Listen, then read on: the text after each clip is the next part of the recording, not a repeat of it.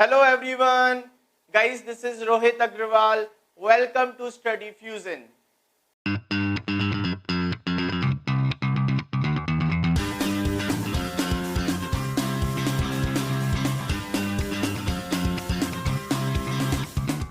Students, आज हम पढ़ने वाले हैं कंसेप्ट ऑफ जीएसटी। यस, क्या होता है जीएसटी? आज हम समझेंगे कैसे कैलकुलेट करते हैं जीएसटी को, वो समझेंगे। साथ में हम समझेंगे इंट्रा स्टेट ट्रांजैक्शन में और इंटर स्टेट ट्रांजैक्शन में जीएसटी को कैसे कैलकुलेट करते हैं। तो भाई, GST is goods and service tax. ये एक टैक्स है जो हम गवर्नमेंट को पे करते हैं जब भी हम कोई गुड्स परचेज करते हैं या फिर कोई सर्विस लेते हैं। गुड्स परचेज करना आपको समझ में आ गया होगा। जब भी हम कोई आर्टिकल परचेज करते हैं मार्केट से, तो उसके ऊपर हम एक टैक्स देते हैं गवर्नमेंट को, जिसको हम क्या बोलते हैं? जीएसटी। साथ में अगर हम कोई सर्विस लेते हैं, सर्विस का क्या मतलब है? सपोज करिए आपको कोई इंटरनेट कनेक्शन लगवाना है, तो वो आपने एक सर्विस ली। आपने किसी डॉक्टर किया, विजिट किया, उससे चेकअप कराया, वो एक सर्विस है। तो उस पर भी हम एक टैक्स देते हैं गवर्नमेंट को, डेट इज कॉल्ड जीएसटी। तो अभी हम समझेंगे कि जीएसटी को कैसे कैलकुलेट किया जाता है। तो इसके मैं दो एग्जांपल लूंगा, first without discount, second with discount. ठीक है, तो गाइस यहां पर हम एक आर्टिकल लेते हैं जिसकी मार्केट प्राइस है 10,000। सपोज करिए आप मार्केट में गए और आपने एक आर्टिकल परचेज करा जिसकी मार्केट प्राइस है 10,000।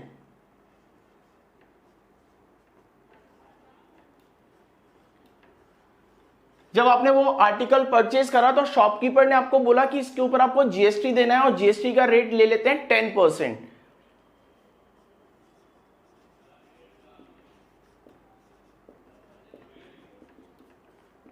तो यहां पे जो मार्केट प्राइस है 10,000, वो क्या हो जाएगा? सेलिंग प्राइस हो जाएगा शॉपकीपर के लिए। तो यहां पर ये जो मार्केट प्राइस है ये हो गया सेलिंग प्राइस।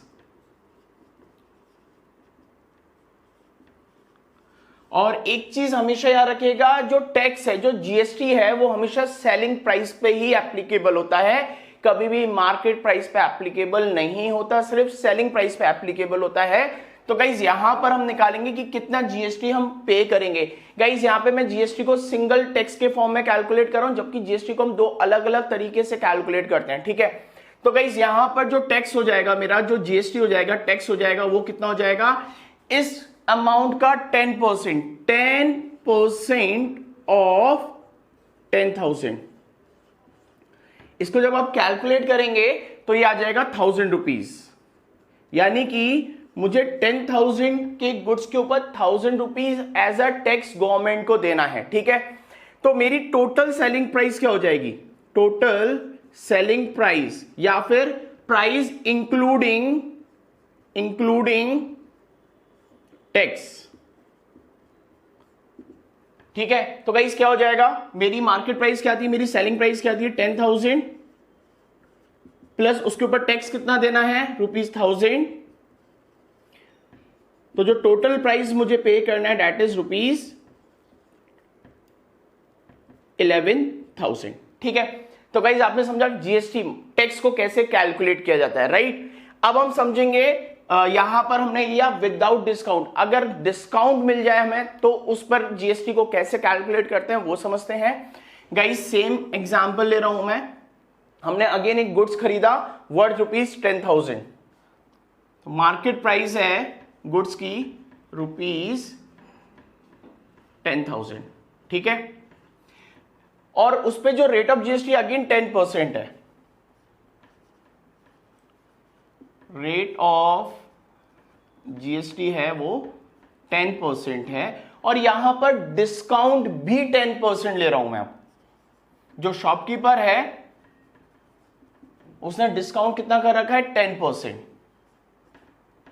तो गाइज हमेशा याद रखिएगा, जो डिस्काउंट होता है वो सब्ट्रैक्ट होता है, और जो टैक्स होता है वो ऐड होता है। अब डिस्काउंट किस में सब्ट्रैक्ट होता है? डिस्काउंट को हम कैलकुलेट करते हैं मार्केट प्राइस पर। ठीक है, और टैक्स को किस पे कैलकुलेट करते हैं? टैक्स को कैलकुलेट करते हैं सेलिंग प्राइस पर। अब इस केस में जब भी डिस्काउंट नहीं होगा, मार्केट प्राइस और सेलिंग प्राइस इक्वल होंगे विदाउट डिस्काउंट।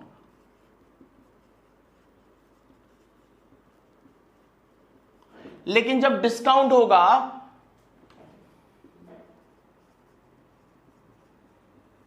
तो जो हमारा सेलिंग प्राइस होगा वो लेस देन हो जाएगा मार्केट प्राइस पर। रीजन, क्योंकि कुछ वैल्यू जो है वो एज अ डिस्काउंट माइनस हो जाएगी मार्केट प्राइस से, इसलिए सेलिंग प्राइस हमेशा लेस आएगा मार्केट प्राइस से। ठीक है, तो गाइस यहां पर सबसे पहले हम निकालेंगे डिस्काउंट। डिस्काउंट कैसे निकालेंगे? Discount equals to 10% of market price. Discount हमेशा मार्केट प्राइस पर निकालते हैं, याद रखिएगा। डिस्काउंट किस पर निकालते हैं? मार्केट प्राइस पर। 10/100 मल्टीप्लाई बाय 10,000 रुपीज 1000। तो 1000 का हमें डिस्काउंट मिल गया। अब क्या निकालेंगे? Selling price after discount.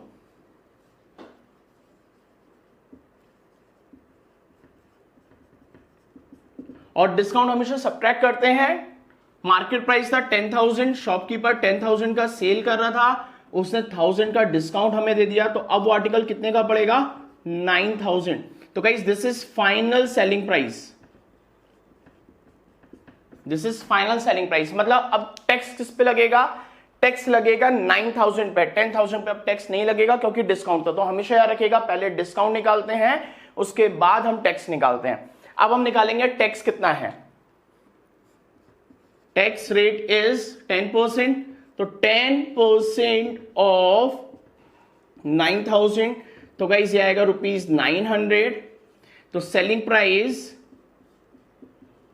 Including tax हो जाएगा 9,900। ठीक है, मैंने शॉर्टकट में करा है, आपको समझ में आ रहा होगा।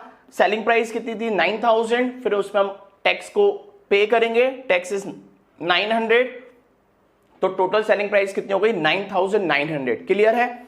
तो गाइज आपने देखा ये है विदाउट डिस्काउंट, ये है विद डिस्काउंट। ठीक है, अब मैं आपको शॉर्टकट मेथड समझाने वाला हूं, जहां पर आप डायरेक्ट इतना लेंथी कैलकुलेशन ना करके शॉर्ट ट्रिक में सेलिंग प्राइस इंक्लूडिंग टैक्स निकाल लेंगे, सेलिंग प्राइस आफ्टर डिस्काउंट निकाल लेंगे।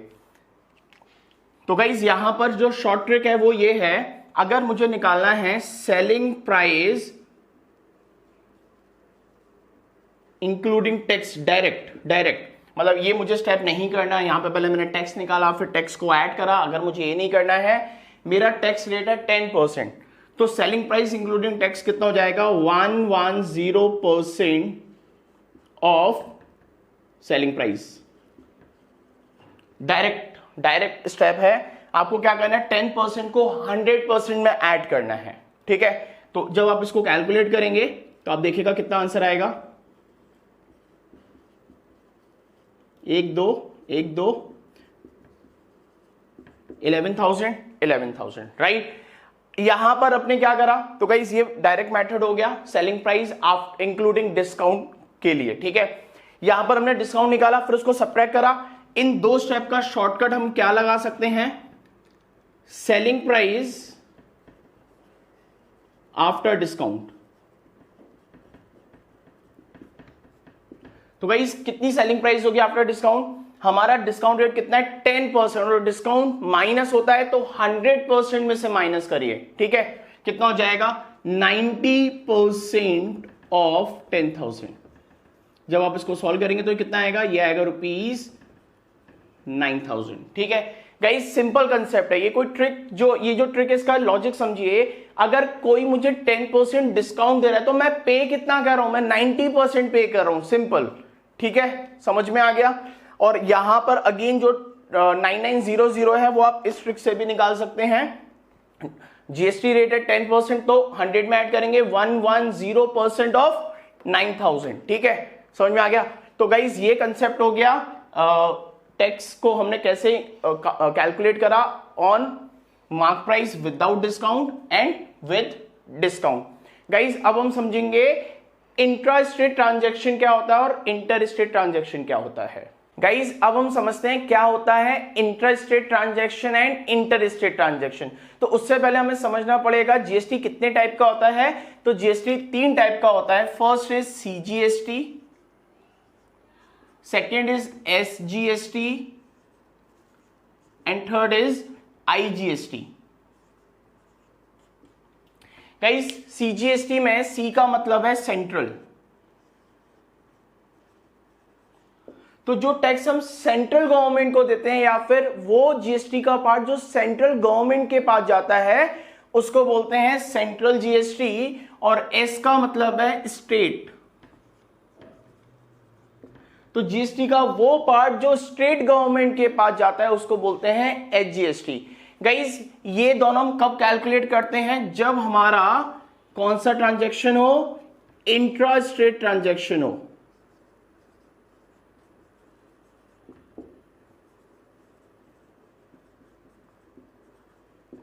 अब इंटरस्टेट ट्रांजैक्शन का क्या मतलब है? इंटरस्टेट ट्रांजैक्शन का मतलब है विद इन सेम स्टेट। जब हम एक ही स्टेट में ट्रांजैक्शन कर रहे हैं, मतलब एक स्टेट की किसी एक सिटी से गुड्स को परचेज कर रहे हैं, सर्विस ले रहे हैं, और उसी स्टेट की दूसरी सिटी में अगर हम रहते हैं, ठीक है, तो यानी कि जो ट्रांजैक्शन हो वो विद इन स्टेट हो, तो हम उसको क्या बोलेंगे? Interstate transaction. और वहां पे जीएसटी को कैसे कैलकुलेट करेंगे? वहां पे जीएसटी को कैलकुलेट करेंगे सीजीएसटी और एचजीएसटी के फॉर्म में, ठीक है। आईजीएसटी मतलब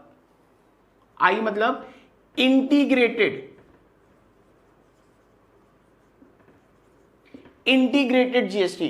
गाइस जब भी हम ट्रांजैक्शन करेंगे from one state to another state, तो वहां पे जो जीएसटी कैलकुलेट होगा वो आईजीएसटी के फॉर्म में होगा। तो यहां पर हम इसको बोलेंगे inter state transaction.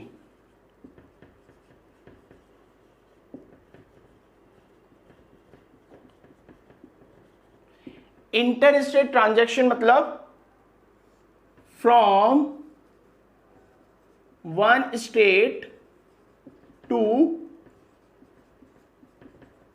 Another state. जब भी हम ट्रांजैक्शन करेंगे from one state to another state तो उसको क्या बोलेंगे?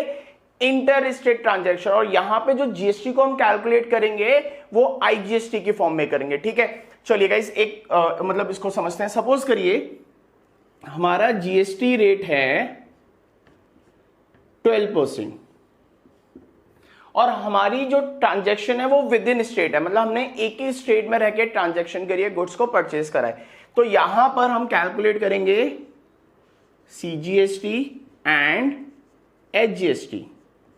अब सीजीएसटी और एचजीएसटी क्या होगा? गाइस जो हमारा जीएसटी है उसको हम दो इक्वल पार्ट्स में डिवाइड कर देंगे। 6% हमारा हो जाएगा सीजीएसटी और 6% हो जाएगा हमारा एचजीएसटी। इसका मतलब जितना भी हम टैक्स पे करेंगे उसका 0.5% कहां जाएगा? सेंट्रल गवर्नमेंट के पास जाएगा, और 0.5% कहां जाएगा? स्टेट गवर्नमेंट के पास जाएगा, ठीक है। और इस केस में आईजीएसटी क्या होगा? इस केस में आईजीएसटी हो जाएगा 0, ठीक है, क्योंकि आईजीएसटी कब होता है? जब हम एक स्टेट से दूसरे स्टेट्स में गुड्स को परचेज करते हैं या सर्विस लेते हैं। लेकिन अगर इसी को हम आईजीएसटी में समझें, हमारा जीएसटी रेट अगेन 12% है, तो यहां पर आईजीएसटी इंटर स्टेट ट्रांजैक्शन में हम क्या कैलकुलेट करेंगे? आईजीएसटी। तो यहां पे जो जीएसटी होगा वो किस फॉर्म में कैलकुलेट करेंगे? आईजीएसटी, और वो कितना होगा? 12% ही रहेगा। मतलब इंटर स्टेट ट्रांजैक्शन में हमारा जीएसटी डिवाइड नहीं होता, वो पूरा का पूरा एक साथ कैलकुलेट होता है, उसको बोलते हैं हम आईजीएसटी। और इस केस में अगर हम सीजीएसटी या फिर एचजीएसटी को कैलकुलेट करेंगे तो गाइस ये होगा 0%। तो याद रखिएगा इंटर स्टेट ट्रांजैक्शन और इंटर स्टेट ट्रांजैक्शन क्या होता है? इंटर स्टेट में हम जीएसटी को दो पार्ट्स में कैलकुलेट करते हैं, सीजीएसटी और एचजीएसटी के फॉर्म में, आईजीएसटी कैलकुलेट नहीं करते। और इंटर स्टेट ट्रांजैक्शन में जब हम एक स्टेट से दूसरे स्टेट की बात करेंगे तो वहां पर जीएसटी को हम कैसे कैलकुलेट करते हैं? आईजीएसटी की फॉर्म में कैलकुलेट करते हैं, वहां पे सीजीएसटी और एचजीएसटी कुछ भी नहीं होता। तो गाइज ये हो गया inter state transaction and inter state transaction. तो गाइज ये हो गया एक कंसेप्ट जीएसटी का। अब हम नेक्स्ट क्लास में करेंगे इसके ऊपर कुछ क्वेश्चंस को। गाइज अगर आपको ये वीडियो पसंद आई हो तो वीडियो को लाइक करना, शेयर करना, कमेंट करना मत भूलिएगा। और अगर अभी तक आपने चैनल को सब्सक्राइब नहीं करा है तो चैनल को सब्सक्राइब कर लें, साथ में बेल आइकन को भी प्रेस कर लें, जिससे आने वाली वीडियोस का नोटिफिकेशन आपको मिलता रहे। चलिए गाइस मिलते हैं नेक्स्ट वीडियो में एक नए क्वेश्चन के साथ, तब तक के लिए गुड बाय।